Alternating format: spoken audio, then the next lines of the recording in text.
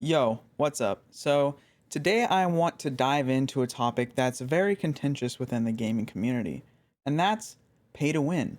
Is it ever okay? Does it have benefits? Are there people who can actually gain from some of these systems within games? And can there be games developed entirely around a pay to win system? Now, when you hear the term pay to win, you probably cringe a little bit inside, remembering the first time you learned that a game that you absolutely loved could be bypassed or completely dominated by people who just spent more money on it. But why is that such a bad thing?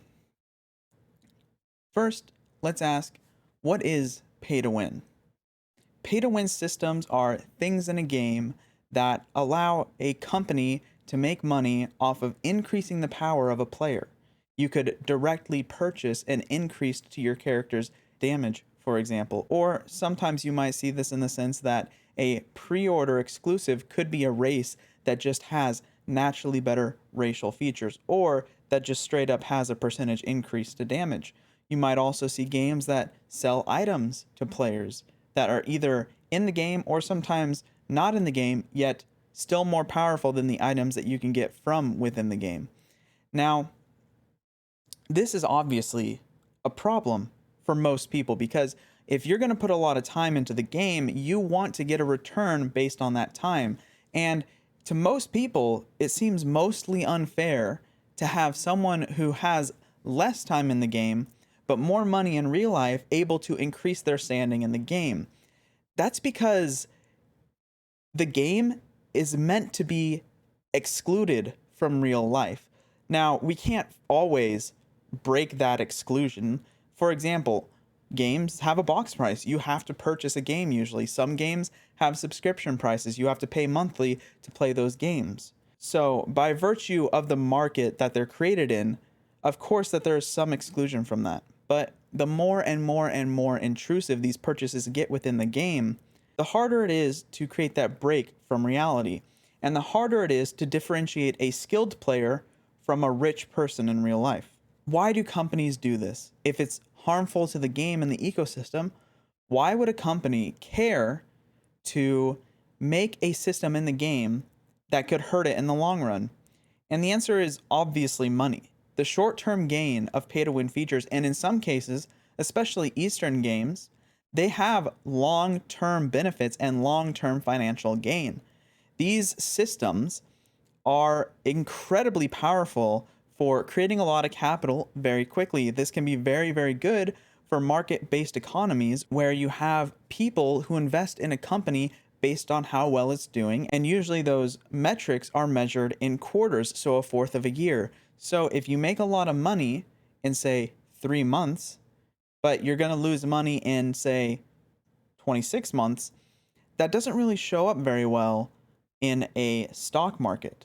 And so that incentivizes companies to do these short term gains so that they can remain solvent and profitable for shareholders.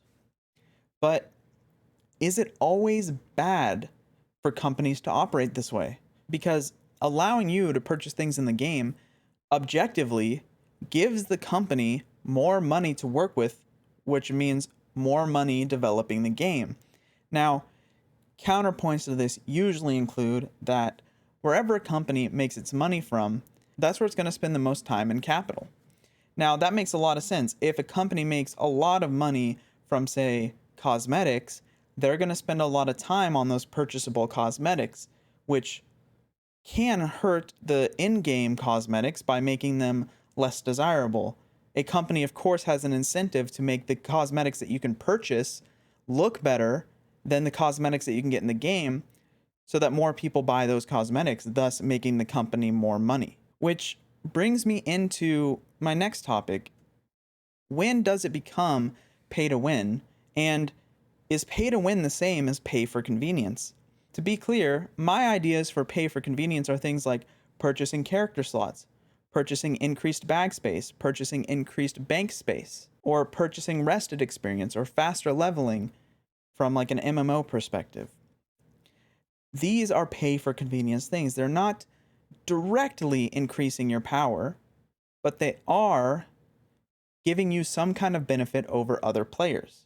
In my opinion, pay for convenience is an extremely poor euphemism for pay to win. It's a way for companies to kind of lessen the blow when they introduce a new item, but they call it a convenience item. Oh, your game has durability loss on mounts, items, and consumables?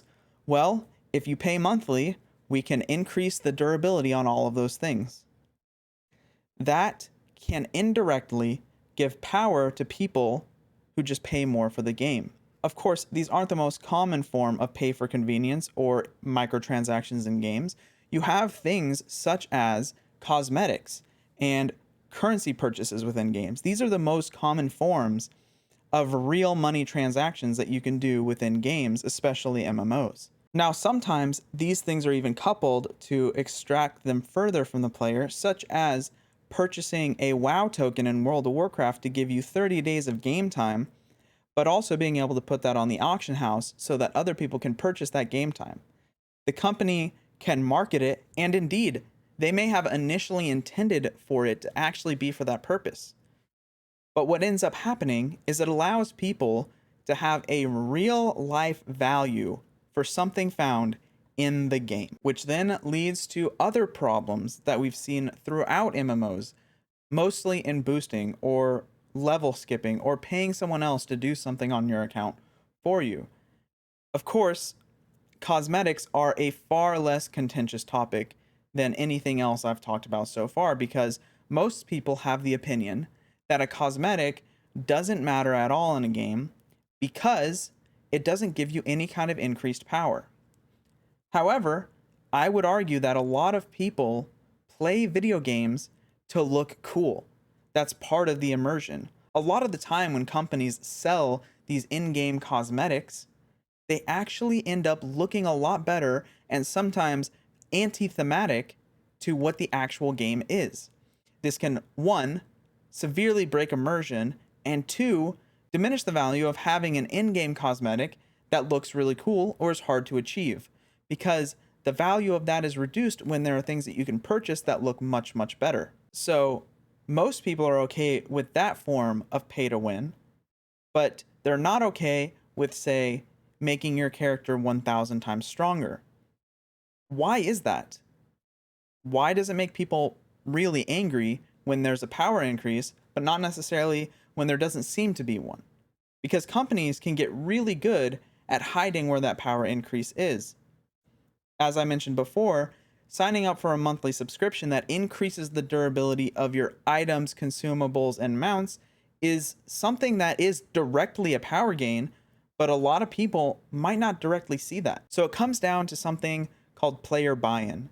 It's the idea that when you start playing a game, you have this preconceived idea of what that game is, what it means to be good at that game, and if it's competitive, how to get better.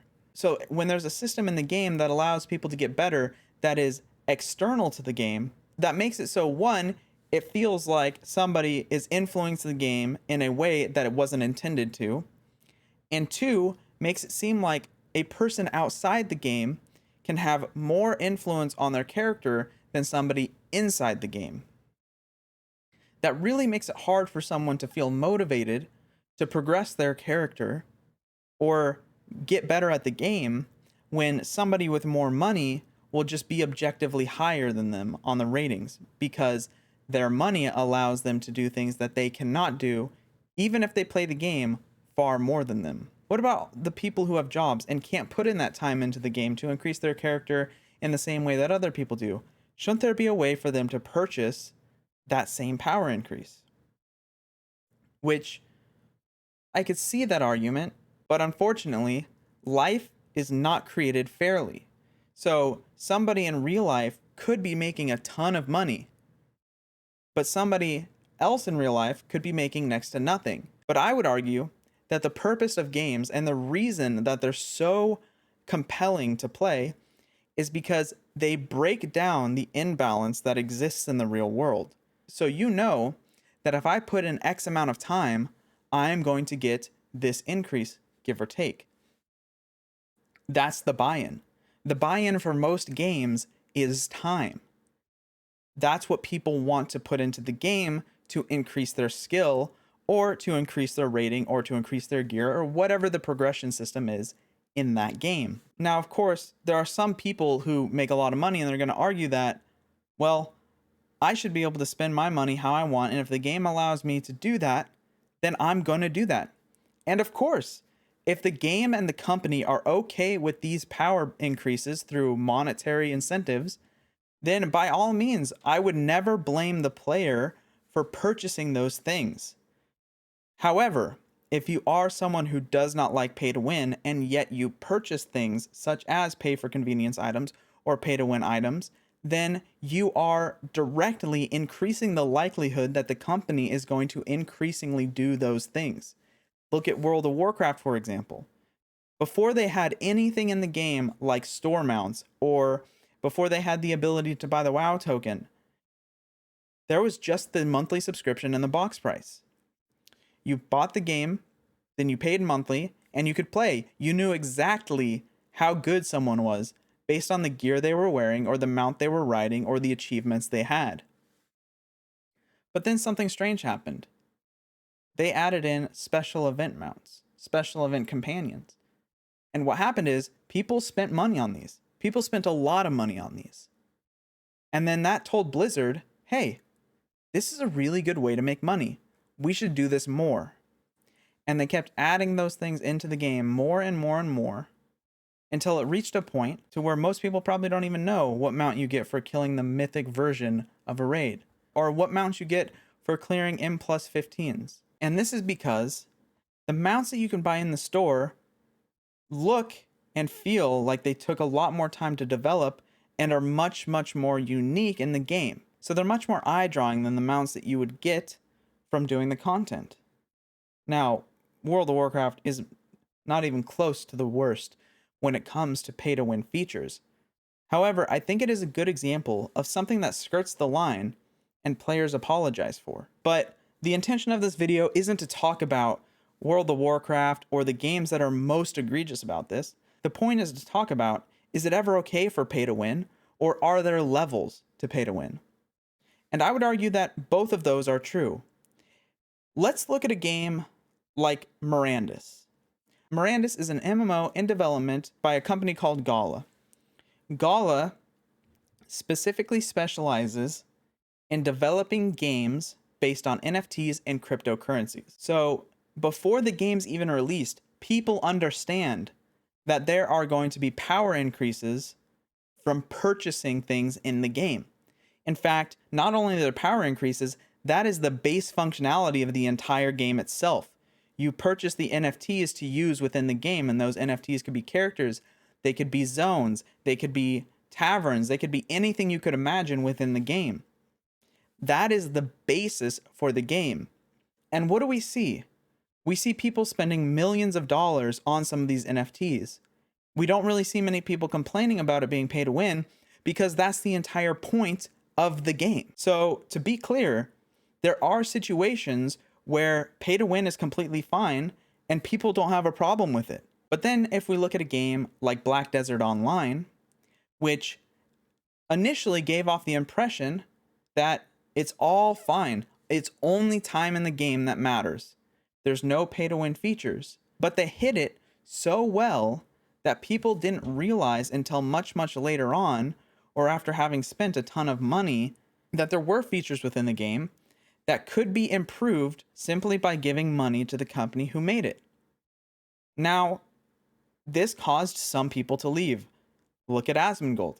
He no longer plays Black Desert Online because he learned that it was pay to win after spending a significant amount of time in the game. I also believe that KiraTV no longer plays the game. I don't know if that's because it's pay to win, but I would be surprised if that didn't play a role at all. So why is it that sometimes companies get away with it and others don't?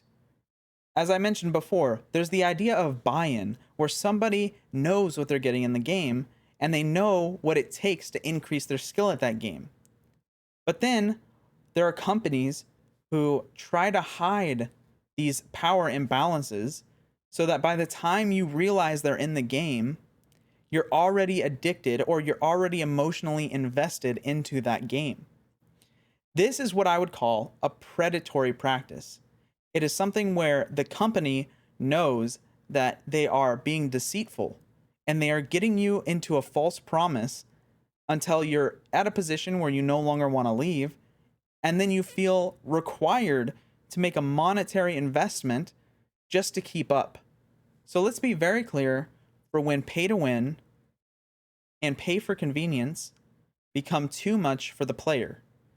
It's exactly the moment that the player feels like they've been lied to, or that the intentions of the company and the way of progression within the game was hidden or not directly upfront. If a company comes out with a game and the game has pay to win features in it, people know right away not to get into the game if they're not okay with that. That's completely fine. When people have full knowledge of the truth, and it's not hidden behind layers and layers of complex systems, or it's not hidden behind making you purchase in-game currency and then using that to purchase those things so that you lose track of how much money you've actually spent on the game. When it's very clear and it's very upfront, it's very easy for players to say whether or not they're into the game.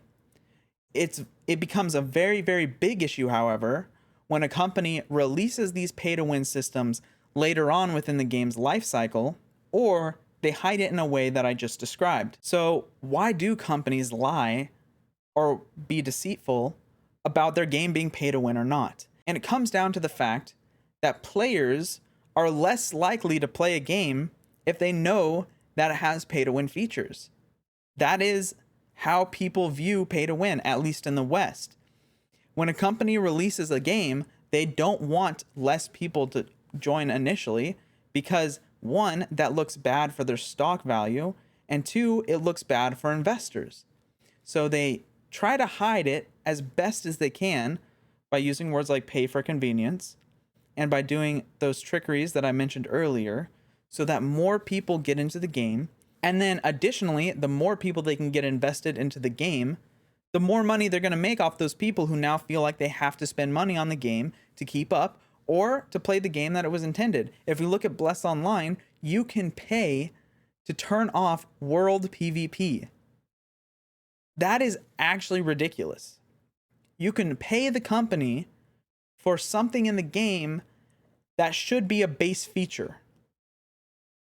You're basically paying them for a system setting that should already be in the game. Now, of course, if people already know how the systems work, if it's very clear, then they're able to make an informed decision.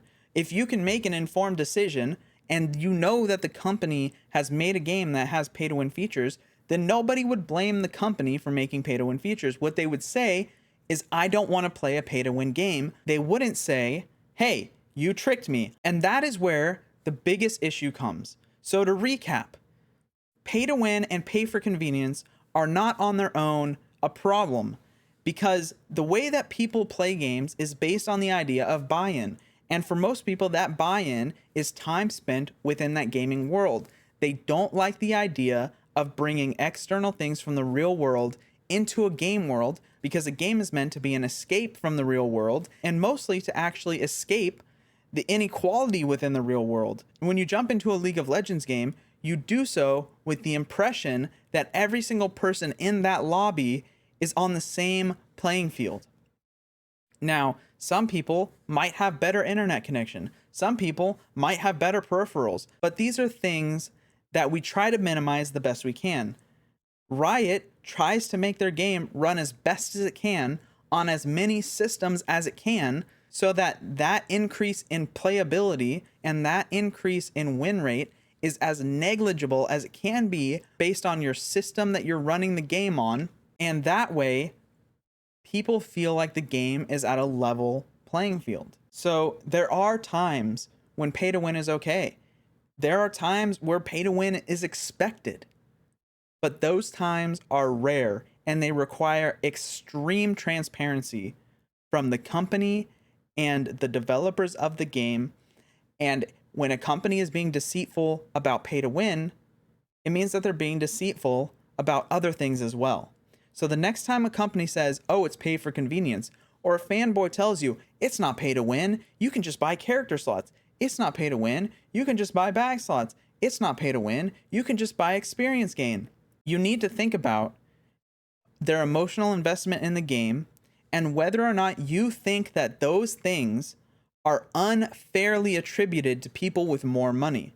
Do you think it's fair that if you purchase a store mount in a video game, as opposed to earning a mount in the game through doing something very, very hard, would you say that it's fair for that store mount to look better, have better particle effects, have a new skeleton, not be a reskin? Would you say that that is fair? Because I wouldn't. I would say that the company is clearly spending its time, resources, and capacity on making things for whales rather than making the game better or making the rewards within the game better. If you think about it, that's also why people have such a problem with paid DLC. Because when you purchase a DLC for a game, it feels like the company intentionally made the game incomplete so that they could sell you the rest of the parts later on. And it also means that people who don't purchase those other DLCs won't be able to play with you afterwards. If you have a Call of Duty map pack, then people without that Call of Duty map pack can't play with you on those maps. So you either have to restrict the number of maps that you can play on in order to play with that person, or you have to play without them. So yes, there are situations where pay to win is okay. But as a whole, the customers have been mostly outspoken that they don't want pay to win in their games. That seems to be a current contention point within the MMO industry. And the more microtransactions in the games that actually give mechanical benefits reduces the player base by just a little bit. Even if the company makes more money because the people that stay are spending more money, the number of people playing the game is going to reduce. So, as an aside, I think companies out there, if your game sells any kind of microtransaction item, then at most it should ever be cosmetic. And even then, those cosmetics need to, one, fit the theme of the game that they're in. I don't want to be playing a medieval game and see a robot giant transformer running through the city. And two, they need to be on par with the cosmetics that you get from doing the hardest content within the game.